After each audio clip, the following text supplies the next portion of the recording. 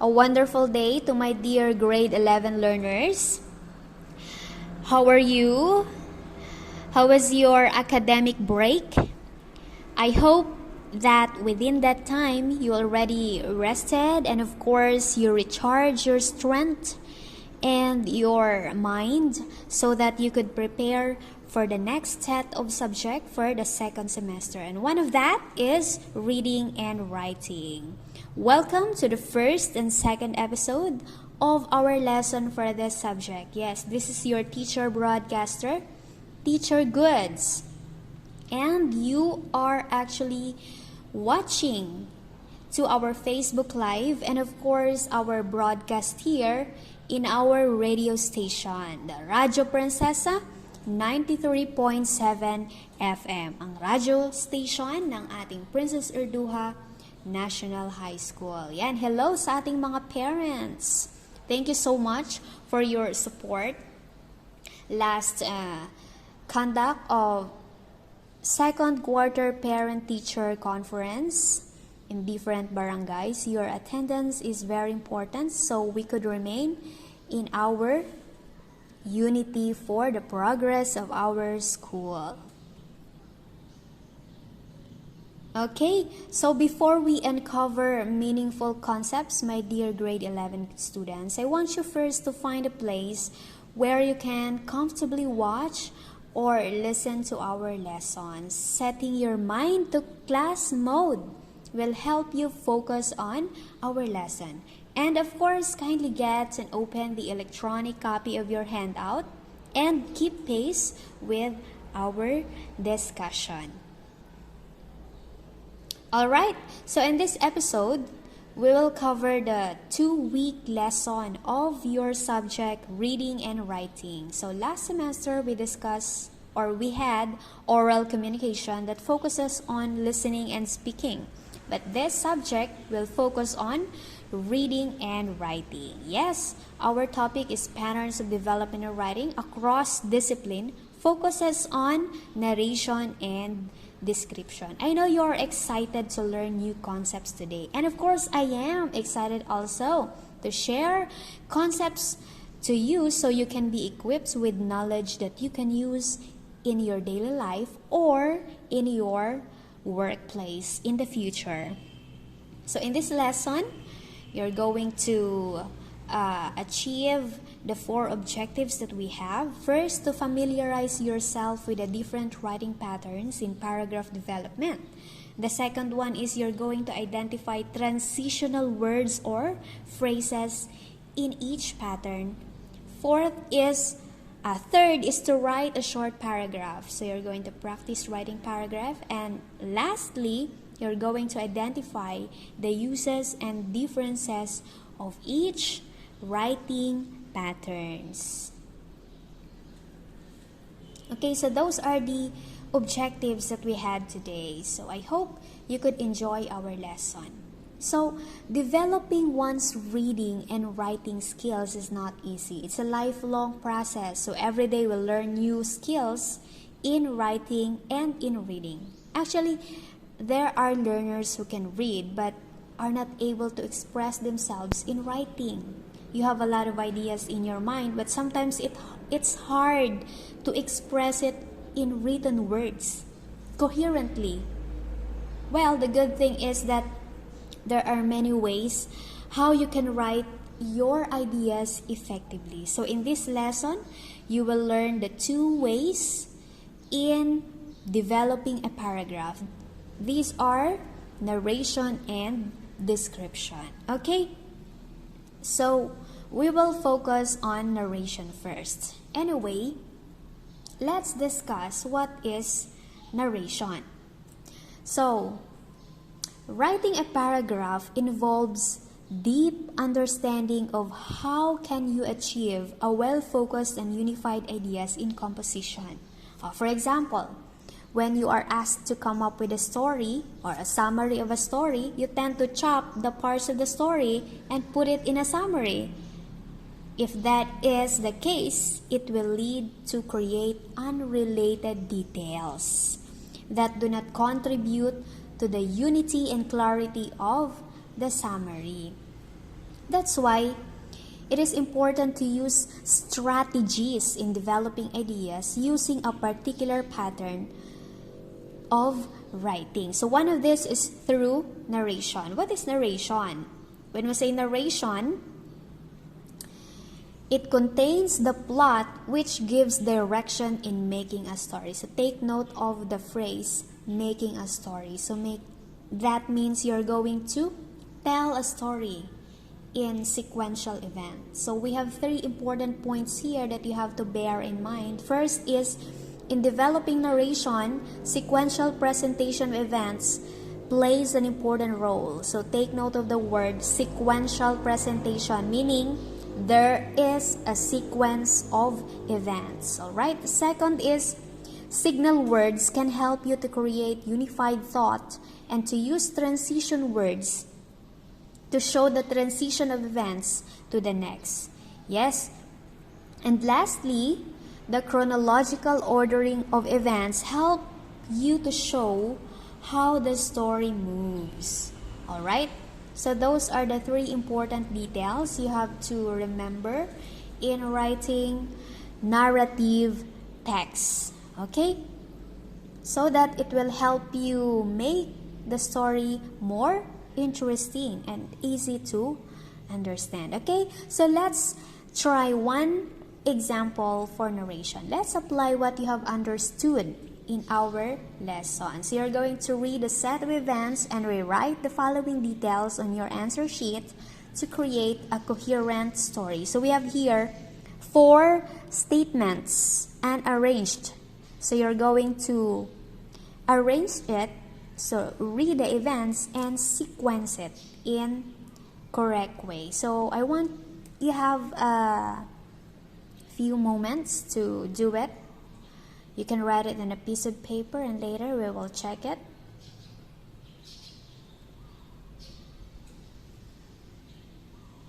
Alright, I know you are practicing hard for this lesson, so you could develop your writing skills in narration. Remember that writing is very indispensable skill you need in life. Alright, so let's check your work.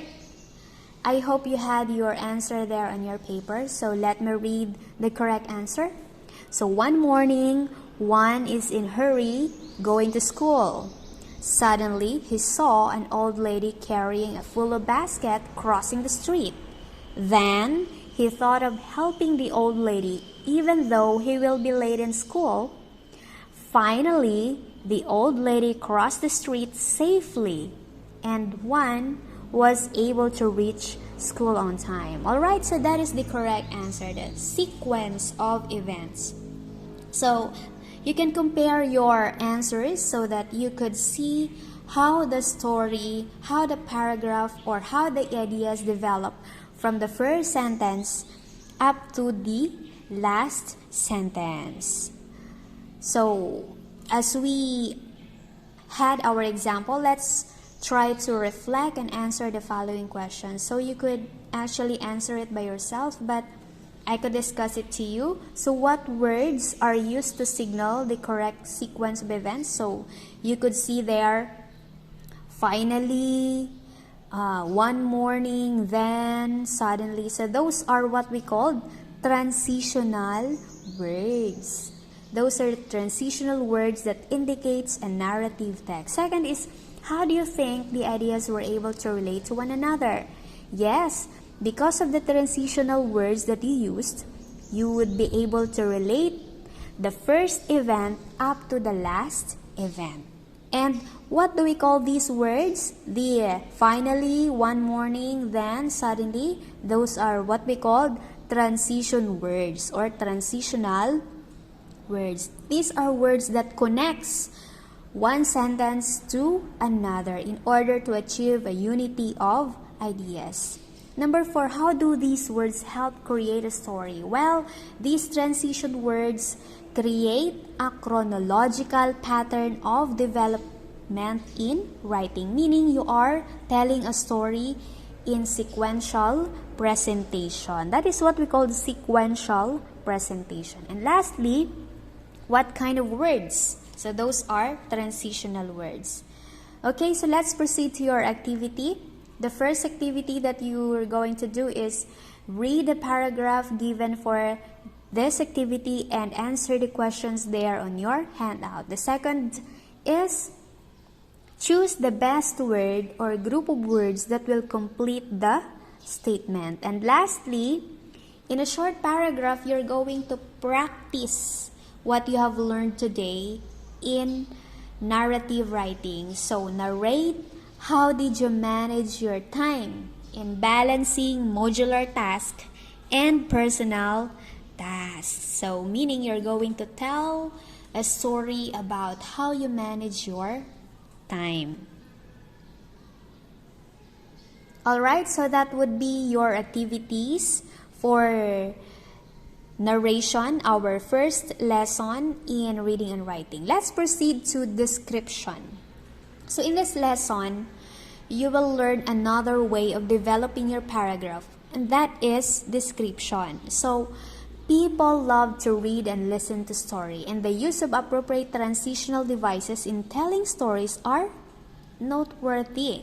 Likewise, you have previously learned in writing a narrative that the plot gives direction in making a story. However, it is not only the plot that will help you to develop your writing skills. So the use of description is also important because you're trying to express words to create a vivid picture in reader's mind. Yes, you are stimulating reader's imagination. You are trying to paint picture in reader's mind. That is in descriptive writing. In narrative writing, you are telling a story.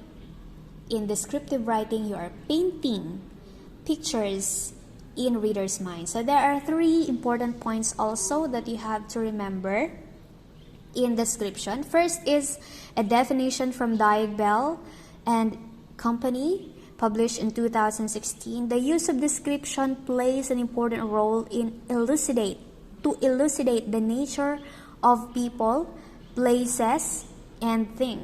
The second is when we say description, a series of detailed observation. Observation meaning it's from what you see, what you hear, what you feel, what you smell, and so on. So a detailed observation about the subject that can help you create a good descriptive paragraph. And lastly, the kind of words we use to describe how your subject looks, sounds, feels, smells, or even tastes. Those are what we call sensory languages. So the words that you're going to use when you smell, when you feel, when you see, when you taste, that is what we call sensory languages. Alright? So these are the three important points that you have to remember. Okay, we have detailed observation and sensory language.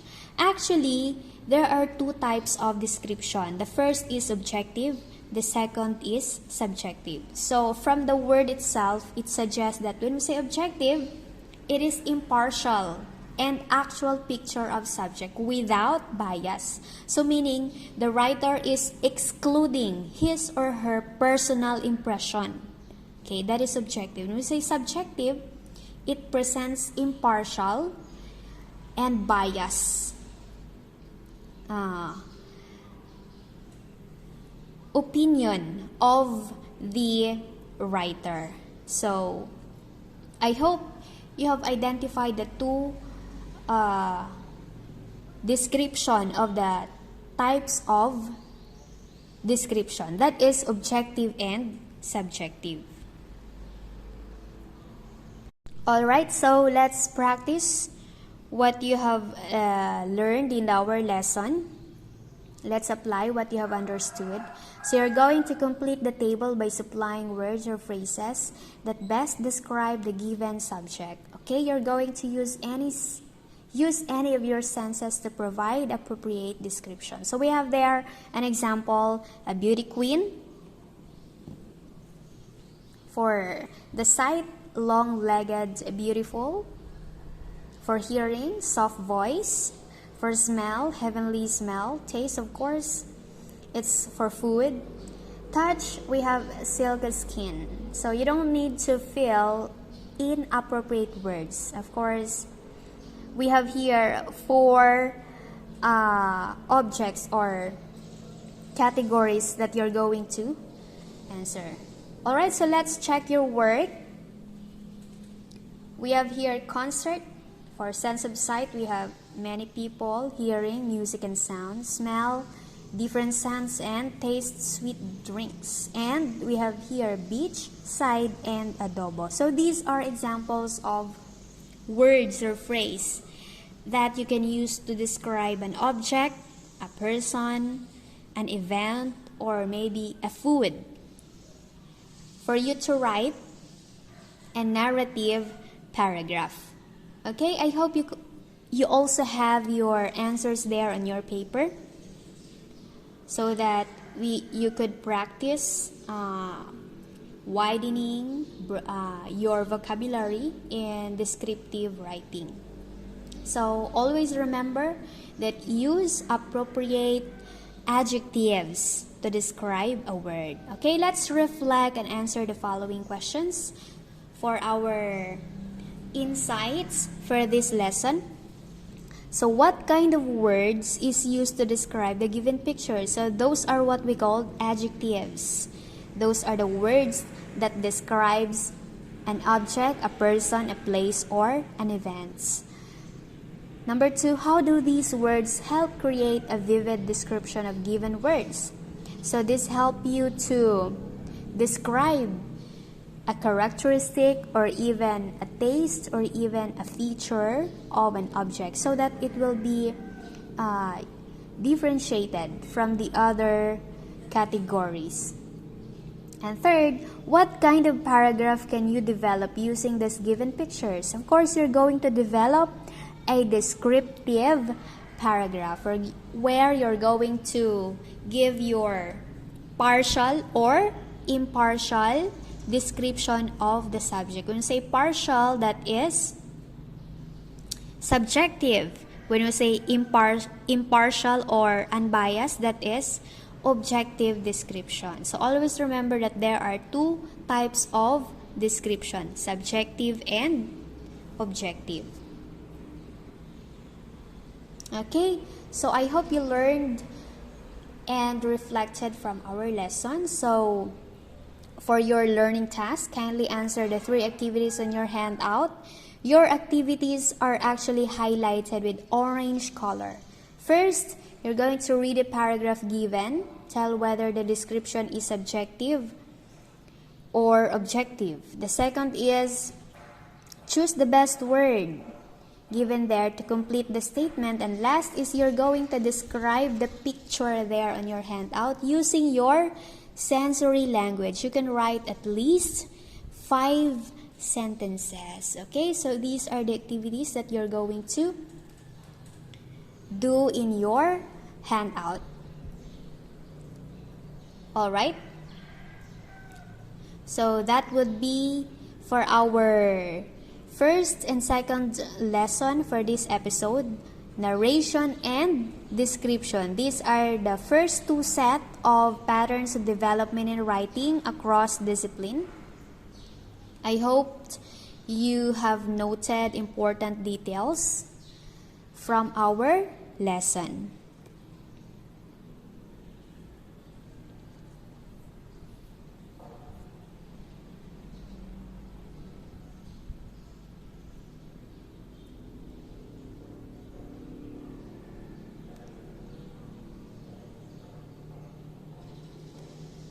Okay, to wrap up our lesson today, we discussed 2 patterns of development in writing. These are narration and description. These patterns of development in writing will hone you in writing your ideas into words. Okay, so narration gives a written account of an event or a story, meaning you are simply telling a story. The sequence of events is told in chronological order. It usually contains the following: the who, what, and when. When we say descriptive writing, it emphasizes on readers' ability to paint vivid pictures using words on reader's mind.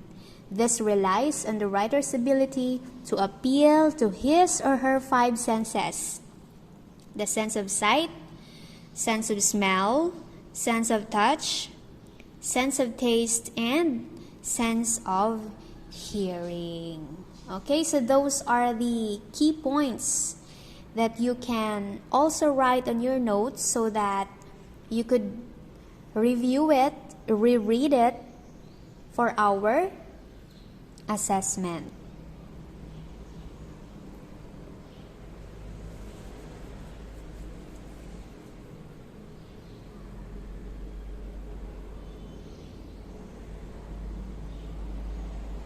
Okay, so kindly submit your answers to our given activities in Google Classroom.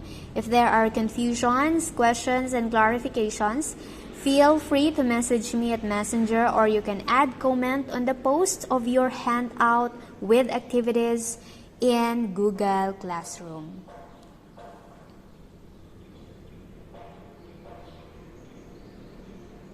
Okay, that would be our reminder for this episode. Before I close our episode today, I'd like to share this quote from Brian Herbert. It says, "The capacity to learn is a gift, the ability to learn is a skill, and the willingness to learn is a choice." Yes, if you choose to learn, you can achieve more and you can understand more. Once again, this is your teacher Goods. Thank you for watching and listening to our weekly episodes of Lesson in Reading and Writing, and I hope you learn more today. Join me next episode as we discuss the second set of patterns of development in writing across disciplines. Those are only here in our radio station, Radyo Prinsesa 93.7 FM, ang inyong paaralan sa Himpapawid. Thank you, listeners. Stay safe and stay healthy.